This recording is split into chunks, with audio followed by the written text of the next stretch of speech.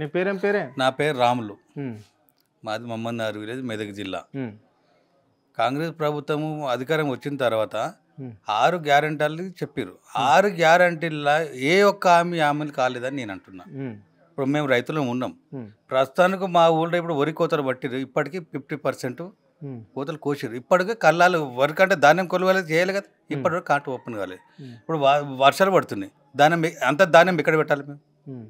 పెట్టన్నా దాని స్టోరేజే కావాలి కదా. తర్వాత మొలకలు వచ్చినాయి అని మీరే అంటారు, కొన్నదాన్ని మీరే అంటారు, సన్నయ్య అంటావు, దొడ్డు అంటావు. మరి దొడ్డు బోనస్ ఇస్తాను. ఏదానికి ఇస్తావు బోనస్? నువ్వు దొడ్డోడికి ఇస్తావా, సన్నవాడికి ఇస్తావా? మరి సన్నవాడికి ఇస్తావు. మరి ఏదో ఒకటి క్లారిటీ, అది మీది మీకే క్లారిటీ లేదు. బస్సు ఫ్రీ పెట్టినాం, అది ఏం ప్రయోజనం? కొట్టుకొని సాగుంది ఒకటే తప్ప. అందులో ఒక్కళ్ళు కూడా ఒక మగ పిల్లాడు కనిపిస్తాడు, అంత ఒట్టు మొత్తం మాటలు. వాళ్ళే చీకలు పట్టుకొని ఇంటికి వచ్చి మా దగ్గర పంచాయతీ. ఆ పంచాయతీ మేము వాళ్ళే పోయింది కాక మళ్ళీ పోలీస్ స్టేషన్ పంచాయతీ. మన నా మొగడు ఇటు ఒకటి, నీది ఎవరు అది ఎవరు, అవసరం అదంతా? అది వేస్ట్. ఇప్పటివరకు రైతు బంధు చేస్తాను. ఏది రైతు బంధు? నాకు కూడా ఇప్పుడు నాకు వచ్చింది, నాకు 87,000 ఉంది నాది రుణమాఫీ. 87,000 రుణమాఫీ నాకు ఇప్పటికి రాలేదు. 2 లక్షల రుణమాఫీ ఆల్రెడీ అయిపోయింది. నాకు 87,000 ఉంది. 87,000 కాలేదు అంటున్నా. నేను వస్తాను. నేను ఏ బ్యాంకు రండి, నాది నీ ఆధార్ కార్డు ఉన్నా తీపిస్తాను, నేను తీపిస్తాను. నేను వస్తాను. ఇప్పుడు నాది కూడా డిసిబి బ్యాంకే, వేరే బ్యాంక్ కూడా కాదు. ఎందుకు కాలేదు? ఎందుకు కాలేదు అంటే నేను ఆధార్ కార్డు తీసుకొని పోతే ఆల్రెడీ అంటే ఇప్పటి వరకు ఇప్పుడు గత ప్రభుత్వంలో ₹1,00,000 మాఫీ చేసింది కేసీఆర్ గవర్నమెంట్. అప్పుడు ఎట్లా ఉండే మరి ఇవన్నీ? అప్పుడు అయితే మంచిగా ఉండే. ఆ ప్రభుత్వంలో ఉన్న కాడికి ₹1,00,000 అనేది ₹1,00,000 మాఫీ చేసింది. ఆ ప్రభుత్వంలో పింఛన్ సరిగ్గా ఇచ్చారు, అన్ని బాగానే ఉన్నాయి. ఈ ప్రభుత్వం వచ్చేసరికి ఏది లేదు. ఇప్పుడు పింఛన్ 4,000 పింఛన్, ఇప్పటి వరకు పింఛన్ లేదు. ఇప్పుడు సంవత్సరం అవుతుంది, ఇంకొక 2 నెలలు అయితే సంవత్సరం. ఇప్పటి వరకు పింఛన్ లేదు. ముసలోళ్ళకి పింఛన్ లేదు. వాళ్ళు ఏదో ఆసరా పింఛన్ నువ్వే వాళ్ళే ముసలోళ్ళు అడిగిరా నిన్నేమన్నా? వాళ్ళైతే అడగలేరు కదా. నువ్వు అన్నందుకని ఇయ్యాలిగా, అది లేదు. రైతు బంధువు లేదు. ఇప్పుడు యాసంగి వస్తుండే, వానకాలం వస్తుండే. మరి ఇప్పుడు ఇద్దరికి ఇస్తామంటుండు కదా, పట్టదారునికి ఇస్తామంటుండు, కౌలుదారునికి ఇస్తామంటుండు కదా, అందుకే లేట్ అవుతుందేమో. అట్లా కాదు సార్. ఆ కౌలుదారు ఇప్పుడు మనం ఏంటంటే, మనకు ఇప్పుడు నేనున్నా, ఇప్పుడు నాకు చేతనైతే కాబట్టి చేయనట్టు చేస్తాం. మరి కౌలుదారికి ఎట్లా ఇస్తావు నువ్వు? పట్టదారికి ఇవ్వాలి అంటుండు కదా, ఇద్దరికి ఇస్తామన్నాడు కదా. ఇద్దరికి ఇస్తే మంచిదే కదా, వాడు కూడా బాగుపడతాడు కదా. మళ్ళీ మంత్రి అంటాడు మీరే తెలుసుకోవాలంటే. మీరే రెండోకి అట్లే కదా, ఇద్దరికి ఇస్తే వాడు కూడా బాగా అతట మేము, వాడు కూడా సంతోషం. మా పొలం కూడా మందు చేస్తాడు. ఇద్దరికి ప్రభుత్వం ఇస్తాడు అద్దట సార్, మంచి చేస్తాడు. ఎవరు అద్దట చేస్తే మేము కూడా అతను, దానికి ఏమి అభ్యంతరం? మరి 10 నెలల పాలనలో ఈ 10 నెలల పరానికి 5 ఏళ్ళు పరిపాలన చేస్తామంటారు కానీ 5 ఏళ్ళు పరిపాలన చేస్తారా, రేపు మధ్యలో వెళ్ళిపోతారా, ఇక అది అంతే సంగతి. కానీ ఇప్పుడైతే ఈ 10 నెలల పాలన మాత్రం నాకైతే ఏం అనిపిస్తలేదు. మార్పు అనేది ఏం లేదు. మార్పు వస్తుంది. ఇప్పుడు కులకరణ పెట్టినాం, ఏమికి అది ప్రయోజనం? ఏ స్టూడెంట్ ఎట్లా వేస్తాడో స్టూడెంట్కి ఇస్తాడు. నీ అవసరాలకు తప్ప దాన్ని జరుపుతున్నావు తప్ప ఇంకోటి ఏం లేదన్న. ఇప్పటికి సర్పంచులు లేక ఇప్పుడు పరిపాలన పోతే మేము సర్పంచ్ అంటే నేను ఏముంది పని, అది దిగిపోయినా నేనేం చేయాలి అంటాడు. 7-8 నెలలు అయిందా? ఇప్పుడు మురికి కలవలు ఉన్నాయి, ఎవరు శుభ్రం చేయాలి? పంచాయతీ దగ్గర అంటే అయ్యా నా దగ్గర డబ్బులు, నేను ఏం చేయాలి? నాకు వచ్చేది జీతము 10,000 జీతం వస్తుంది. 10,000 నేను ఊరిని ఎడు చూడాలి. పోనీ ఇంకొని నేను అప్పిస్తాను. ఎవడు ఇస్తారా?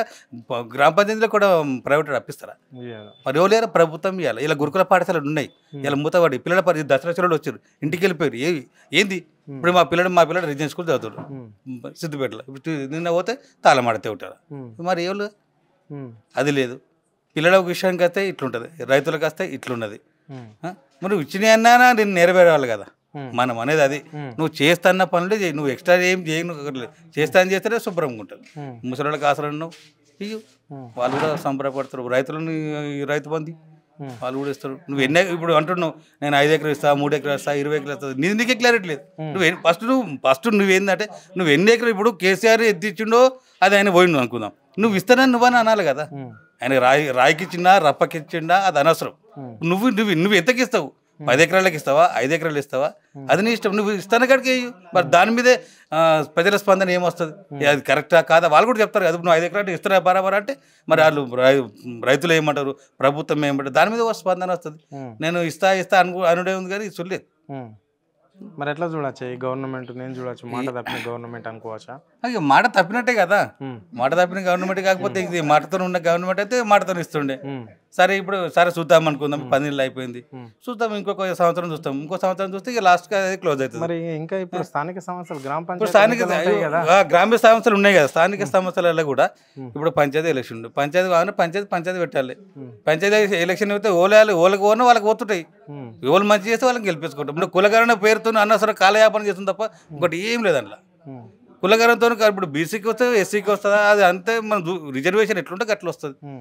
ఇప్పుడు జనం ఉన్నారు. మా ఊళ్ళో ఫర్ ఎగ్జాంపుల్ ఉండం, ఇప్పుడు 2000 జనాభా ఉంది. 2000 జనాభా ఉండి మాకు తెలియదా? అధికారులు అయితే లెక్కేస్తారు కదా, బీసీలు ఎంతరు, ఎస్సీలు ఎంతరు, ఎస్టీలు ఎంతరు, దాన్ని బట్టి వస్తుంది. దానికి వేసుకుంటాం. నువ్వు కులకరణ కలిగి నువ్వు చేస్తాము, సంఘాలు చెప్తారా ఉద్యమకారుల పని వాళ్ళు ఏంది, ఏదో ఒకటి ఉద్యమం ఎత్తుకోవాలి తప్పదు. అది ఏదో ఒకటి చేస్తుంటారు. ఉద్యమకారుడు ఉద్యమం చేయకపోతే నీకేమన్నా నేను ఇస్తాను అంటాడు. ఇప్పుడు బీసీ సంఘాలు వస్తున్నాయి, ఎస్సీ సంఘాలు వస్తున్నాయి, వాళ్ళు ఎప్పుడు చేస్తుంటే వాళ్ళు కొత్తగా ఏం చేస్తలేరు. కమ్యూనిస్ట్ ఉద్యమంలో చేశారు, టీఆర్ఎస్ ఉద్యమంలో చేశారు, కాంగ్రెస్ ఉద్యమంలో చేశారు, అన్ని ఉద్యమాలు చేస్తారు. ఉద్యమకారులకు ఏదో ఒకటి చేసుకోవాలి, వాళ్ళు చేయాలి. వాళ్ళ పని వాళ్ళు చేస్తారు. నువ్వు చేసే పని చెప్పు. నువ్వు నేను అనేది అది, వాళ్ళు ఏం చేస్తారు అనేది పక్కన పెట్టు. నువ్వేం చేస్తావు చెప్పు ఫస్ట్. నీకు క్లారిటీ ఉంటే ఆ ఉద్యమ సంఘాలు కూడా కరెక్టే వస్తాయి. దళిత బంధు అన్నాడు, ఏది అంబేద్కర్ దళితులు ఇచ్చిన 50 వేస్తాం, 2500 లేడీస్కు. పాప మా బస్తా అంటే 20 మంది వాళ్ళు అడిగిరా నిన్నేమో. మరి కరెంట్ ఎట్లుంది? కరెంట్ బిల్లులు మాపైనా ఏమన్నా? కరెంట్ బిల్లులు ఏం మాపలు ఉన్నాయి, ఉన్న బిల్లునే కొట్టుతున్నాం. ఇప్పుడు చూడు, ఇప్పుడు ఏమన్నా ఏం కాల్సినా మళ్ళీ రిటర్న్ వస్తుంది బిల్లు. ఓకే, ఇప్పుడు నాదే ఉంది 14,000. కరెంట్ ఎట్లా ఉంటుంది ఇప్పుడు? కరెంట్ పోతుంది. ఇప్పుడు మన చిన్న వర్షాలకి మా ఊళ్ళో కట్టుకుని అవుతుంది. ఒకట్లా వర్షం వచ్చి 5 నిమిషాలు అవుతుందో కాదో కాదు కరెంట్ పోయి. మరి అప్పుడు ప్రభుత్వంలో కరెంట్ పోతే మీకు పోతే ఏమన్నా ఉండే. అప్పుడు కరెంట్ పోతే కరెంట్ పోలేదు, అట్లుంటుంది. ఇప్పుడు ఏం ప్రభుత్వంలో జర వాడగానే కరెంట్ పోతుంది.